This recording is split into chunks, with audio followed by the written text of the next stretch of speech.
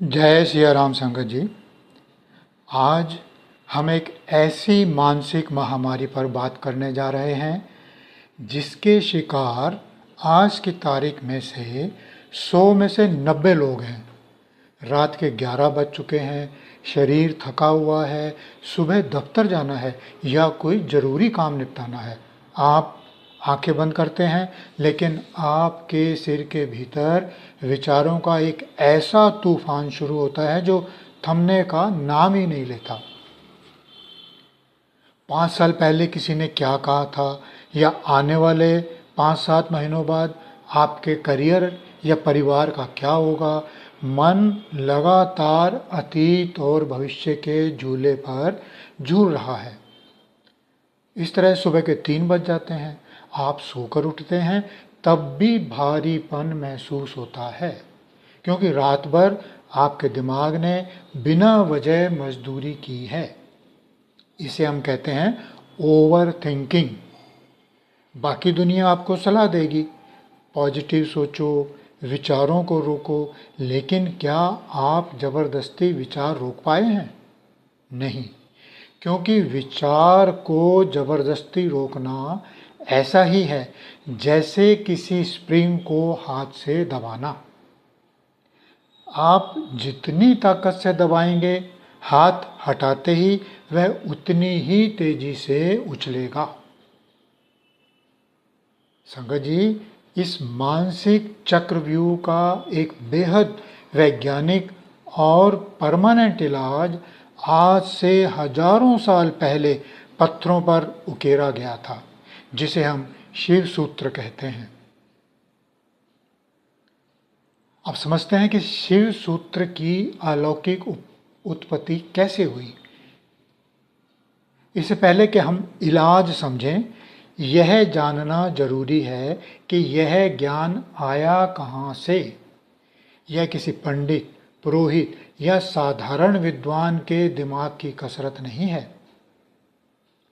यह साक्षात भगवान शिव की अपनी रचना है। 9वीं शताब्दी में कश्मीर के पहाड़ों में एक परम संत हुए हैं, महर्षि वसुगुप्त। वह इंसानी दुखों को देखकर व्याकुल थे। एक रात भगवान शिव उनके स्वप्न में आए और कहा, वसुगुप्त, कश्मीर के महादेव पर्वत पर जाओ, वहाँ एक विशाल शिला है, उसे स्पर्श करते ही वह उलट जाएगी। उसके नीचे तुम्हें मेरे वचन मिलेंगे जो समस्त मानव जाति को मानसिक गुलामी से मुक्त करेंगे। अगली सुबह महर्षि वसुगुप्त उस पर्वत पर गए जिसे आज भी कश्मीर में शंकर उपल द रॉक ऑफ शिवा कहा जाता है। जैसे ही उन्होंने उस विशाल चट्टान को छुआ, वह पलट गई। उस पर साक्षात महादेव द्वारा उकेरे गए 77 सूत्र लिखे हुए थे। आज हम उसी शिववाणी के प्रामाणिक विज्ञान से अपनी ओवर थिंकिंग को डिकोड करेंगे। तो इस संबंध में पहला निदान आता है ज्ञान बंध। यह है प्रथम उन्मेष का दूसरा सूत्र, अर्थात वह सीमित और अधूरा ज्ञान ही हमारा बंधन है, जिसे हम मन में सच मान लिया है। हमारा मन आधी अधूरी बातों के आधार पर काल्पनिक डर की कहानियां बुनता है। इसे समझने के लिए उपनिषदों की एक प्रसिद्ध कथा यहाँ पे सुनाना प्रासंगिक है। कथा इस तरह है कि 10 मित्र एक तेज बहती नदी को पार करके दूसरे किनारे पहुँचते हैं। यह पक्का करने के लिए कि कोई डूबा तो नहीं, उनका नेता सबको गिनना शुरू करता है। वह गिनता है 1, 2, 3, 4, 5, 6, 7, 8, 9। अरे 10वां आदमी गायब। वो सोचता है कि 10वां आदमी कहाँ गया। दूसरा मित्र गिनता है, वह भी 9 ही गिनता है। सब रोने पीटने लगते हैं कि उनका एक भाई नदी में डूब गया। वे घोर शोक और चिंता में डूब जाते हैं। तभी वहाँ से एक समझदार राहगीर गुजरता है। वह उनकी चिंता का कारण पूछता है। नेता कहता है, हम 10 चले थे पर अब सिर्फ 9 बचे हैं। राहगीर तुरंत समझ जाता है। वह नेता के पास जाता है, उसके सिर पर हल्की सी चपत मारता है और कहता है, 10वें तुम खुद हो। दरअसल हर कोई बाकी 9 को तो गिन रहा था, लेकिन खुद को गिनना भूल जा रहा था। जैसे ही उन्हें यह एहसास हुआ, उनका सारा रोना धोना और दुख एक पल में गायब हो गया। अब संगत जी, इसका ओवर थिंकिंग से क्या संबंध है? हमारा मन भी इस नेता की तरह है। वह बाहर की 1000 चिंताओं को गिनता रहता है।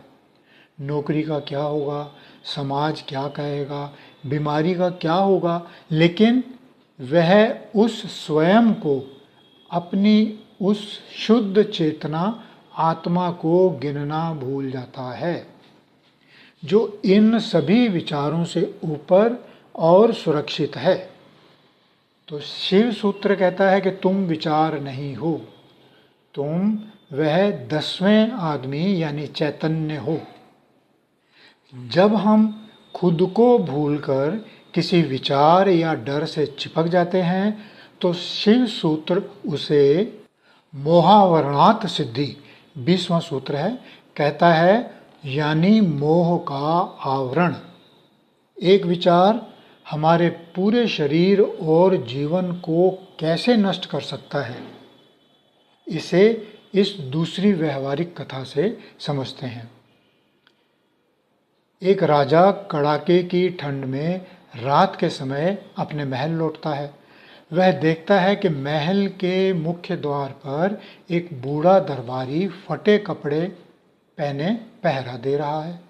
राजा हैरान होकर पूछता है कि इतनी भयानक ठंड में तुम्हें कष्ट नहीं हो रहा? तुम्हारे पास गर्म कपड़े नहीं हैं? दरबारी मुस्कुराकर कहता है, हुजूर, मेरे पास गर्म कपड़े नहीं हैं, लेकिन मुझे इसकी आदत हो चुकी है। मेरी यह मानसिक और शारीरिक आदत ही मेरी ढाल है, जो मुझे ठंड नहीं लगने देती। राजा भावुक होकर कहता है, मैं अभी महल के भीतर जाकर तुम्हारे लिए मखमली और बेहद गर्म शॉल भिजवाता हूँ। दरबारी खुश हो जाता है, लेकिन महल के भीतर जाते ही राजा व्यस्त हो जाता है और शॉल भिजवाना भूल जाता है। अगली सुबह राजा की आंख खुलती है तो उसे अपना वादा याद आता है। वह तुरंत द्वार पर जाता है, लेकिन वहाँ वह बूढ़ा दरबारी कड़ाके की ठंड में मर चुका होता है। मरने से पहले उसने बर्फ पर अपनी उंगली से एक संदेश लिखा था, राजन, जब तक मुझे आपकी गर्म शॉल की उम्मीद नहीं थी, तब तक मेरी आदत की मानसिक ताकत मुझे जीवित रखे हुए थी, लेकिन आपकी शॉल की उम्मीद, ये विचार, आपकी शॉल की उम्मीद ने मुझसे मेरी वह आंतरिक ताकत छीन ली और मैं ठंड का शिकार हो गया। संगत जी, इसका गहरा मनोवैज्ञानिक अर्थ क्या है? दरबारी ठंड से नहीं मरा, वह उस विचार और उम्मीद के टूटने से मरा जो उसके दिमाग में बैठ गई थी। हमारी ओवर थिंकिंग भी यही है। बाहर परिस्थिति उतनी भी बुरी नहीं होती जितना हमारा मन एक विचार को पकड़कर उसका मोह पालकर अंदर ही अंदर घुटने लगता है। हम काल्पनिक डरों की शाल ओढ़ने की कोशिश में अपनी वर्तमान की शक्ति खो देते हैं। तो अब सवाल उठता है कि इस मन के जाल से निकलें तो कैसे? शिव सूत्र का एक अद्भुत मनोवैज्ञानिक सूत्र है, वितर्क आत्मज्ञानम। यह द्वितीय उन्मेष का 8वां सूत्र है। ऋषि जानते थे कि मन का स्वभाव है सोचना। आप उसे जबरदस्ती खाली नहीं कर सकते। तो समाधान क्या है? मन को रोकने की बजाय उसे एक सकारात्मक काउंटर थॉट दे दो।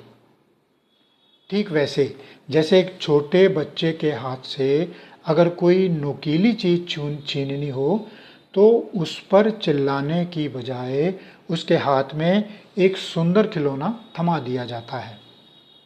तो क्या होता है? बच्चा पुरानी चीज खुद छोड़ देता है। ठीक ऐसे ही जब मन अतीत के किसी दुखद विचार को चबा रहा हो तो उससे लड़िए मत, उसे एक भव्य विचार दीजिए। अच्छा मन जी, तुम इस तुच्छ बात पर इतना सोच रहे हो, चलो अब यह सोचो कि इस पूरे ब्रह्मांड को चलाने वाला शिव तत्व मेरे भीतर सांस ले रहा है। मैं कितना शक्तिशाली और अनंत हूँ। मन का रुख मुड़ते ही ओवर थिंकिंग स्वतः शांत हो जाती है। और अंत में आता है महा उपाय। जागृत स्वप्न सुषुप्त भेदे तुर्या भोग संभव है। यह प्रथम उन्मेष का 7वां सूत्र है। आमतौर पर मनुष्य 3 अवस्थाओं में जीता है: जागना, स्वप्न देखना और गहरी नींद में हो जाना। लेकिन शिव सूत्र कहता है कि इन तीनों के पार एक चौथी अवस्था है जिसे तुरिया यानी साक्षी भाव कहते हैं। इसे इस अंतिम और सबसे सटीक उदाहरण से अपनी चेतना में उतार लीजिए।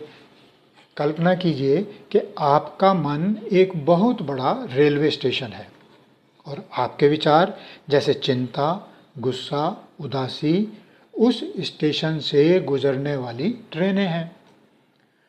तो ओवर थिंकिंग तब होती है जब प्लेटफॉर्म पर खड़े खड़े जैसे ही चिंता एक्सप्रेस नाम की कोई ट्रेन आती है, आप तुरंत उस ट्रेन के डिब्बे में कूद जाते हैं।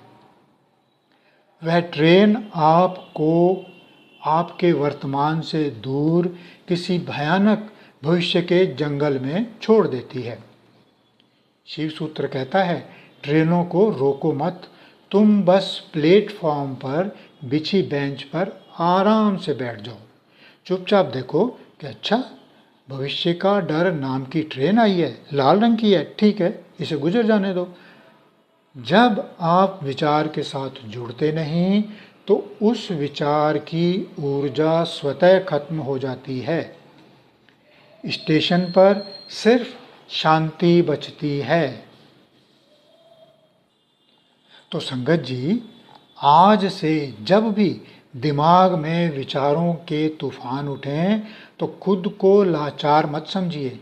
एक गहरी सांस लीजिए, रीढ़ की हड्डी को सीधा कीजिए और स्वयं से कहिए, मैं यह विचार नहीं हूँ, मैं तो वो 10वां आदमी हूँ जिसे मैं भूल गया था। मैं वो प्लेटफॉर्म हूँ जहाँ से ये विचार रूपी ट्रेनें गुजर रही हैं। मैं तो चैतन्य हूँ, साक्षी हूँ। ट्रेनों को आने दीजिए, जाने दीजिए। आप अपनी तुरिया की आनंदमयी कुर्सी पर आराम से बैठिए। यही शिव सूत्र का परम ज्ञान है और यही ओवर थिंकिंग का हमेशा के लिए अंत है। संगत जी, आपको शिव सूत्र का कौन सा सूत्र और कौन सी कहानी ज़्यादा व्यवहारिक लगी, ज़्यादा आसान लगी? नीचे कमेंट में लिखकर संगत के साथ अपनी राय साझा करें। ओम श्री सद्गुरुदेवाय नमः।